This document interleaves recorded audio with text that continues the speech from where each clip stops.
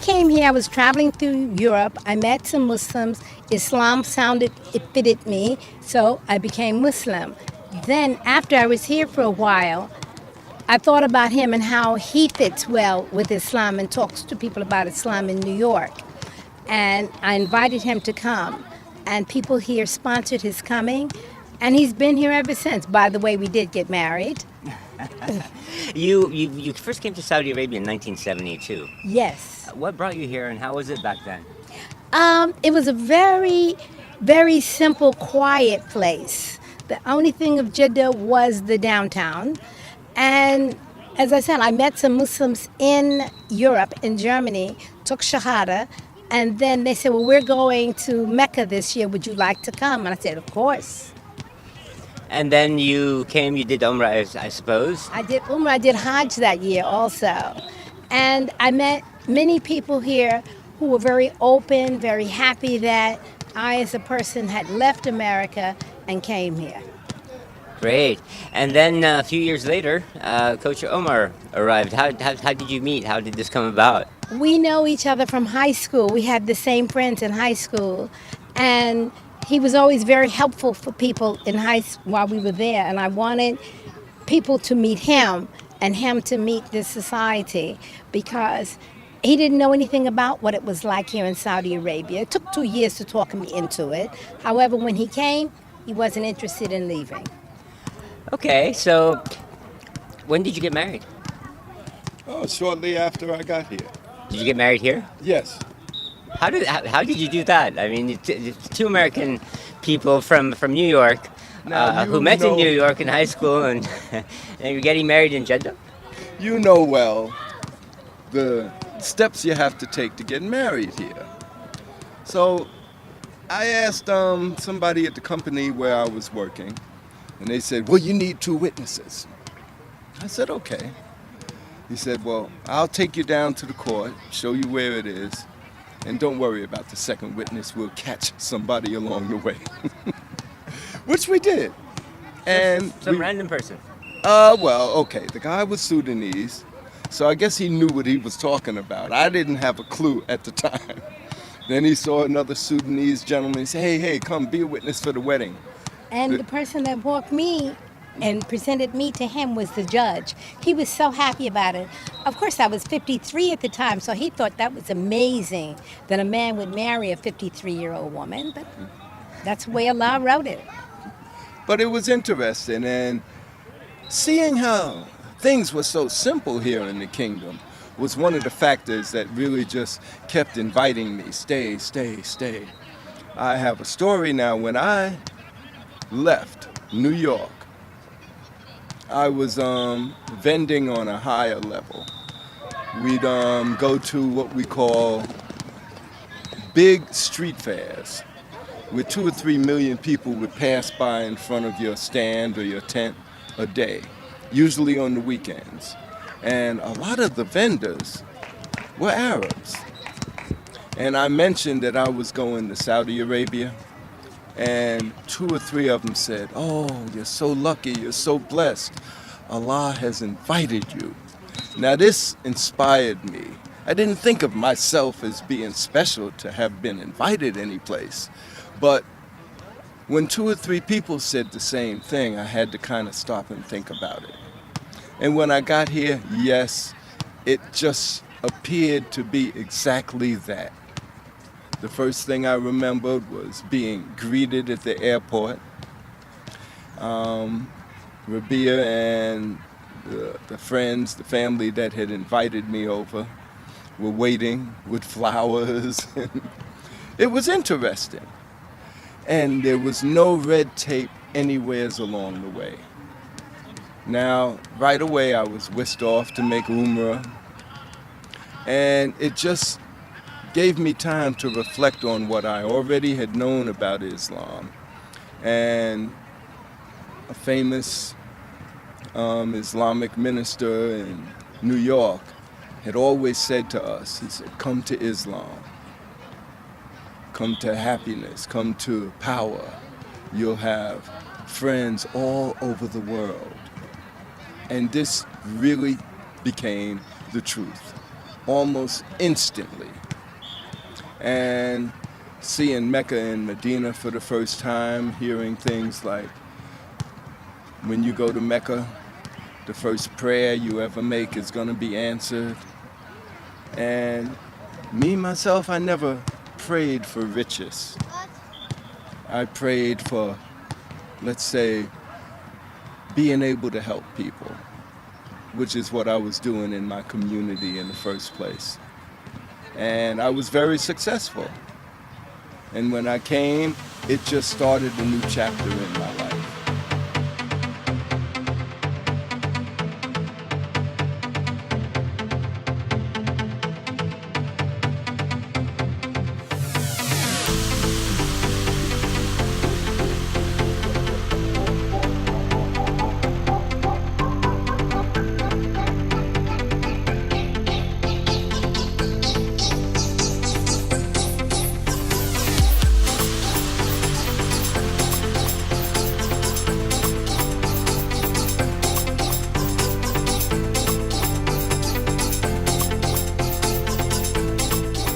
In the past, let's say 15 years, besides Jeddah United, we were working, both of us, for the Ministry of Information, the radio station.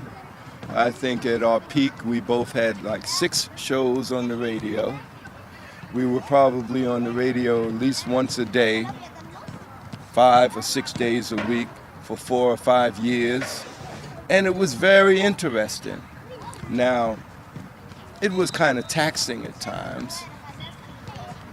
My first job here was purchasing manager for one of the big companies here. And I was tasked with going out and buying construction materials because in New York I owned a hardware store. So I was familiar with construction and plumbing and electrical and things like that. So it just went hand in hand, and it was just a continuation of what I had been doing in New York, except the blessings, I could see them happening day by day. The people we were around were gentle. Coming from New York, it's a harsh city, but it's got wonderful people in it. Well, here we met wonderful people that weren't harsh, that were gentle. And one thing led to another, and it was much more fun, and now I always hated snow. So being here and no snow was also a contributing factor. Well, that's pretty much a sure thing that they're not going to be getting much snow over here, at least not in this part, maybe up north. Yeah. You mentioned, Omar mentioned working for the radio. How long ago was that? Well, that was, for me, it was about 3 years ago. Oh, so this is recent. Fairly recent. We each had programs which they allowed us to create. And it was fun. It was exciting sharing what our experiences were and are on the same, with the same things of health, of education, of all kinds of things that both countries are equally dealing and challenged by, and sharing what we had to contribute. Like one of the things with him being in construction, he was a supervisor for the city. Supervisor of building maintenance for the city of New York. And that meant that he would cover maybe 20 to 40 square blocks, the condition of the buildings, what do they need, and bringing American building codes into the Saudi system. That was exciting, I think. Yeah, I was a housing inspector. And then they moved me up to supervisor, and I had to inspect buildings that the city of New York had taken over due to failed rent rolls or whatever, taxes owed, and they made a provision, and it was probably the biggest budget in the city of New York at the time, and we went into these buildings and did major repairs, complete bathrooms, complete kitchens, put in new windows. Next day, moved tenants right in. And it was really good experience because of the unlimited budget that we had. We were always buying materials in bulk. So when I got over here, they looked at my experience and put me in charge of a precast cement factory. And being in charge of buying materials, even though I couldn't speak the language, but I knew mathematically how much gravel we'd need, how much cement, how much concrete, what we had to do to get things right. And it was a good fix. And my manager and everybody around spoke English. That's one thing about Jeddah. It's hard to find people above a certain level that don't know English. So I was right at home. How's your Arabic now after all these years? Let's not talk about that right now. Because I'm in Jeddah, because it's so easy. And then basketball is something that I always was involved in the city of New York. I might have been pro had it not been for the Vietnam War. When the Vietnam War came up, I backed out and just disappeared off the face of the earth. And basically the same thing that Muhammad Ali did. He refused to go into the draft. I went right down to the draft board and said, I refuse. There was a lengthy battle back and forth, but all of this took me away from college sports and the ability to develop along with other people that were my age that were going into the NBA or something like that. But I always lived in New York, and that was like the hub of basketball.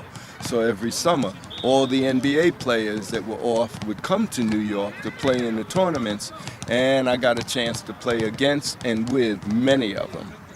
And that enhanced my skills. So I brought that knowledge over here and started teaching kids. And with this knowledge and my love for the sport, to this day I go and I write articles about the Saudi Professional League, Iftihad and Atlee, the rivalries, Uhud and Ansar in Medina. I've even traveled for good games. We're going to Medina to see the game and things like that. And that's added to the excitement of being here. So it's like all of a sudden I'm in a new world without facing the dangers of America, of New York City, the harshness. I've found Islam and Saudi Arabia to really be a softer version of a metropolitan city. That's amazing. I mean, of all the years you've lived here, the question goes to both of you. Of all the years you've lived here, I mean, what's the thing that you're going to take back the most with you when it's time to go home? And that's something we can also talk about in a few minutes. This is home. Why is it home? Because it opened its arms and accepted us. It loved the fact that, every time when we go to the States, we're able to, by Allah's grace and mercy, introduce people to Islam. So like this, we've been back 2 days now, and while we were there, 5 people took Shahada. That's important. Why is it important? Because you have one person, they have family, and others have family. So the only way to really help people enjoy and enter into Islam, they have to meet Muslims. It has to go beyond institutional spreading. So that's always exciting. And now business women, educated women are asking me, what is it like over there? And I turn around and say, look, I'm 70. What do you think? Because they need to see it on an ongoing, practical scale. Many women have had questionable things said about Islam here, but that's not what I have found. I mean, I'm sure what's the first thing you get when you tell people where you live? When you tell them about Saudi Arabia? Their eyes get big, they stand back. Because I let them know that I've been here for 45 years, and I appear to them as a cosmopolitan that they might want to know better. So when I say, I'm going back to Saudi Arabia, I've been there 45 years with trips to other countries, which enhance my understanding of why Islam and why it's important for people to understand it, why Saudi Arabia as opposed to other countries. This is a very cosmopolitan country, and particularly Jeddah. That's very, very true. I mean, what really makes Jeddah so cosmopolitan is that with Mecca and Medina being so close, this is the port of Islam, as you're very, very well aware. And many pilgrims come, and some generations ago didn't go back and decided to make a home here, and have produced generations of young and now getting older and older. Um, what's next for you? Hopefully, inshallah, to even enhance my educational abilities and train more sisters on entrepreneurialism, business, and why and what makes you valuable to an employer. Because this is such an exciting time. So many young people are entering into business and things that were never open before. And they need to know what are the ground rules, what is acceptable, what is not.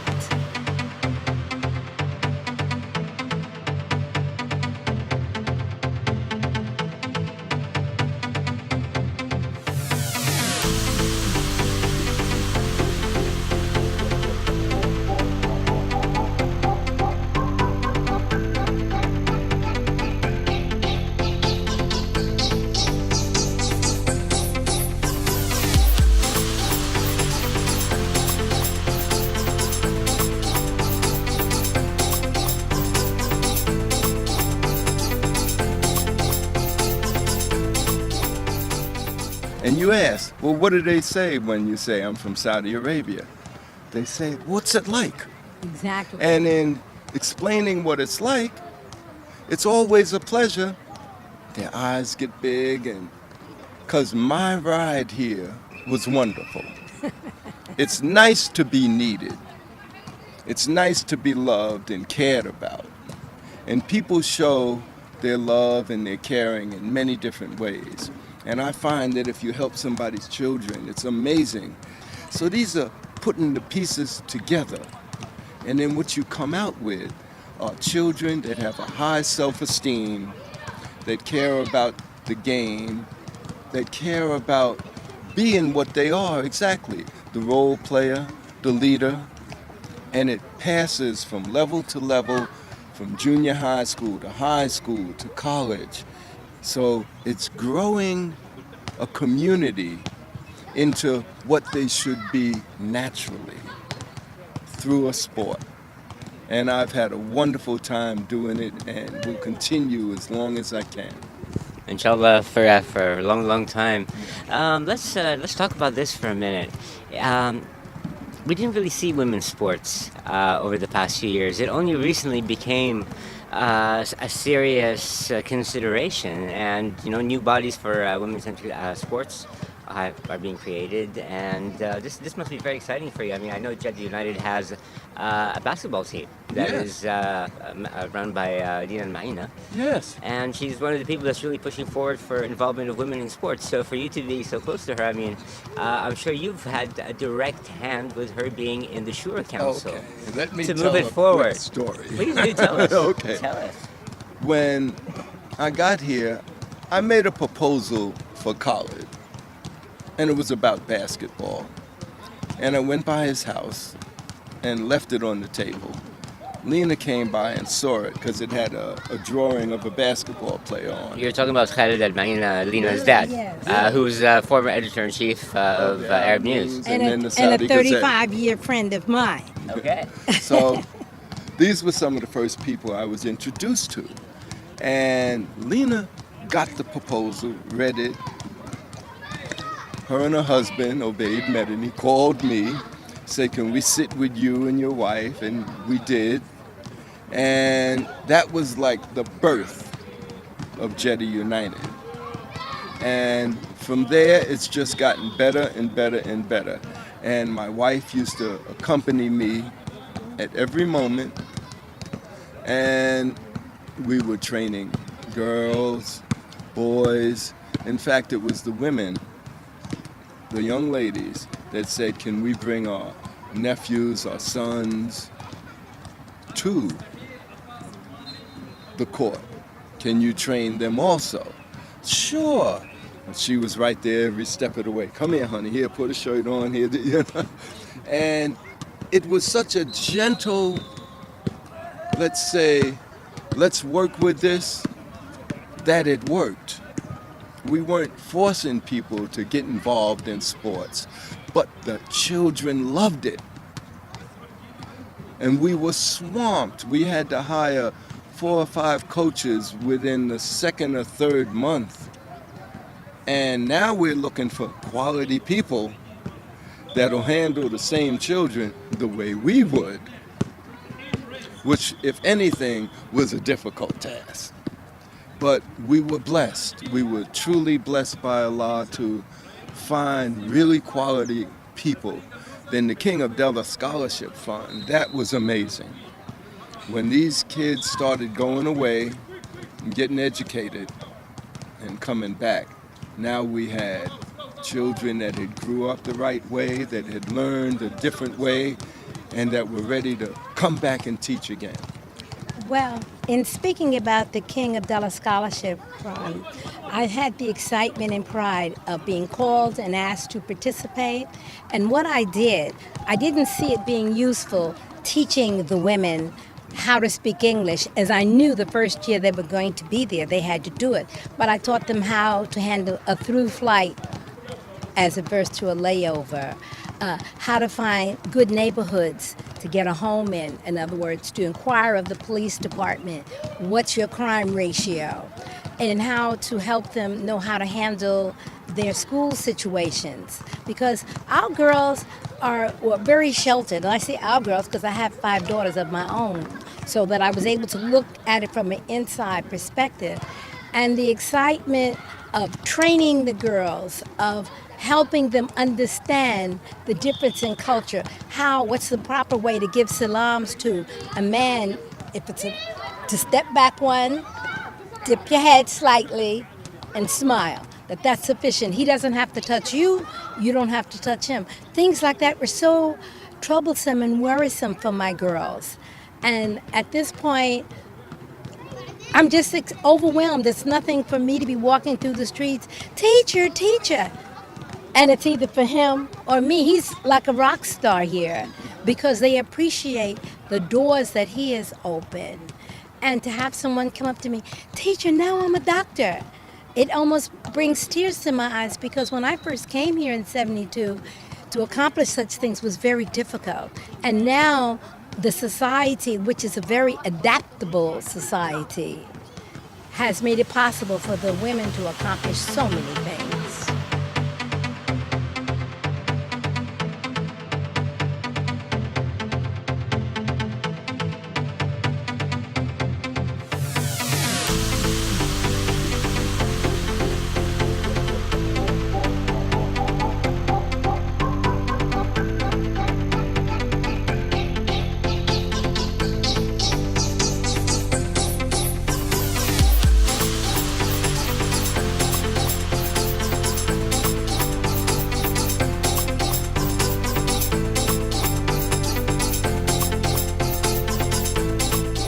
I had an amazing stint at Prince Sultan College, that's part of Al Faisal University, as an English teacher in an English development program. The children or the young adults had to come and learn a level of English before they could move on to their academic subjects. And a basketball player approached me about another basketball player that was teaching English at the time, and he said, we want to hire him for the college and not the group that he's with. Do you think he'll do it? And I talked to the guy. He said, I'll do it, but I'll wait until I finish this contract, and then, yeah, I'd love to. But he said, I'll only do it if you come with me because I know I'll need help. And he was quite qualified as being a bilingual director of an English program, but he also saw that there'd be things that would arise. In fact, I was the one that when we wanted to get health insurance, he said, okay, you go upstairs to the dean and to say to the dean, we need health insurance. The dean never looked up. I said, what is it, Umar? I said, well, we want to get some health insurance. She said, okay, I'll pay half. I said, Okay, that was better than nothing. A year later, I went up. He said, okay, we'll pay the whole thing. And this is people working together in a community for excellence. And that's really what it's been about. And it's given me a chance to do it in a large scale, whereas in my community back in New York, I did it for the people around me. The park, the basketball park where we played every Sunday morning. The kids that came to that park, the older fellas, would sit around and, just kind of inspire them and things like that. But over here, I was able to do it on a bigger scale, and I enjoyed every step of the way. Amazing. Yeah. This is great. Well, thank you very much for allowing us this interview, and I mean, thank you for your lives here in Saudi. You've contributed a lot to our society, and towards the future in empowering women to be in sports. I'd like to really do a program for the national team, especially for basketball, to get them to qualify for the Olympics within the next 3 years, and then take care of the region after that within the next Olympics. I'd like to see the women who are interested in applying for the Olympics to get the support that they need to have to accomplish as athletes. We did have the joy, though, of having direct and indirect influence on the women who have gone thus far. But it's a very powerful and overpowering situation, and I believe our women here deserve as much support as any other country.